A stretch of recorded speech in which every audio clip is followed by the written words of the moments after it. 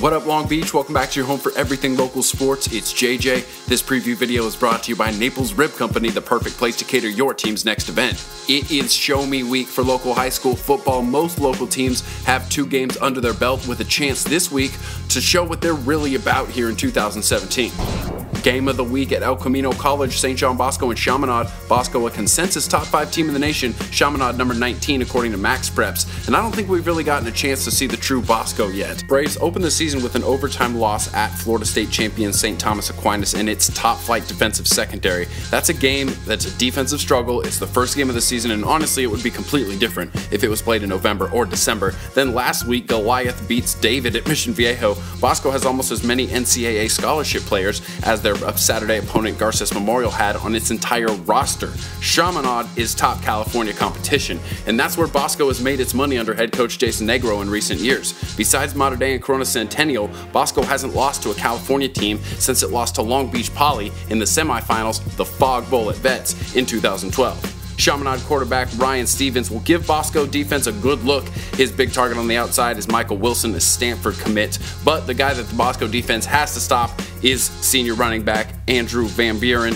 He's got 8 TDs already, 48 carries in 2 games, and a 6.7 yard average per carry. Braves are also going to have to deal with a very experienced Chaminade offensive line, so that one could be a barn burner and a real telling game for this Bosco team. The 7th Street Showdown should be a good one. Wilson and St. Anthony at Clark Field, where the Saints have not lost since Josh Wise's 6-touchdown performance 2 years ago gave Wilson a big win. St. Anthony is now riding a 12-game home winning streak into Friday. It's a great local rivalry. It was last played in 1989 before St. Anthony head coach Mario Morales and Wilson head coach Mark Ziegenhagen brought it back in 2014. These coaches, former colleagues, are coming off historic seasons, and I think both teams still have questions to answer on both sides of the ball. The St. Anthony defense looked strong again last week against Crean Lutheran, but Crean Lutheran's not breaking any land speed records, so it's yet to be seen if the Saints defense has the speed it had last year. Really the same, if not more, can be said on the offensive side of the ball for St. Anthony, with guys like Buxa and Busby leaving huge shoes to fill. Running back Jalen Jefferson showed last week that he is a hard runner and could be that guy. Wilson's really having a strange start to their season with 17 new starters. They've got 2 scores that didn't really reflect the games. The Bruin defense shut down Mayfair, but then lost 37-7 because of a couple special teams miscues and some interceptions returned for a touchdown.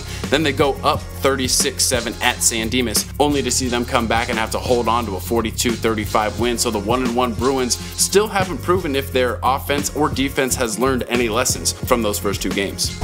They are playing for the Milk Bucket, a game Yari bout it at Bellflower High School, Mayfair, and Lakewood. They haven't played this rivalry since 2014, but that's because Lakewood was running it. It had won the previous 8 games by a combined score of 296-60. However, Mayfair is the favorite coming in this game, even though it hasn't beaten Lakewood since 2006. The Monsoons are ranked number 3 in Division 9 and have outscored its first 2 opponents 71-14, while Lakewood has been outscored at its first 2 losses 76-2. Milliken might be the surprise, undefeated so far, number 8 in Division 8. First-year head coach Justin Utupo has his kids competing this year, and they are hosting Banning. Jordan is at Paramount, where the Pirates have dominated that local matchup. They've won the last 3 meetings in the last 3 years by a combined score of 103-44. Cerritos Jr. running back Tay Anderson has rushed for 290 yards, and his Dons are going to take on Gar. La Mirada is at Mater Dei. It hasn't gone well for the Matadores when they visited the Monarchs, lost their last 2 meetings with them 90-7. Downey is up to number 7 in Division 2 after holding on to a win last week, and they are at Burbank. And is Norwalk for real? The Lancers are number 8 in Division 9, and they're at Bell Gardens this week. You can follow the scores on Friday night from those games and more at PT Gazette Sports on Twitter, and make sure you come back to watch the video highlights later that night. Thanks as always to all of our sponsors, including Papalucci's, a great place to eat on 2nd Street. Stick with us. All your high school football coverage is always right here at GazetteSports.com and the Press Telegram.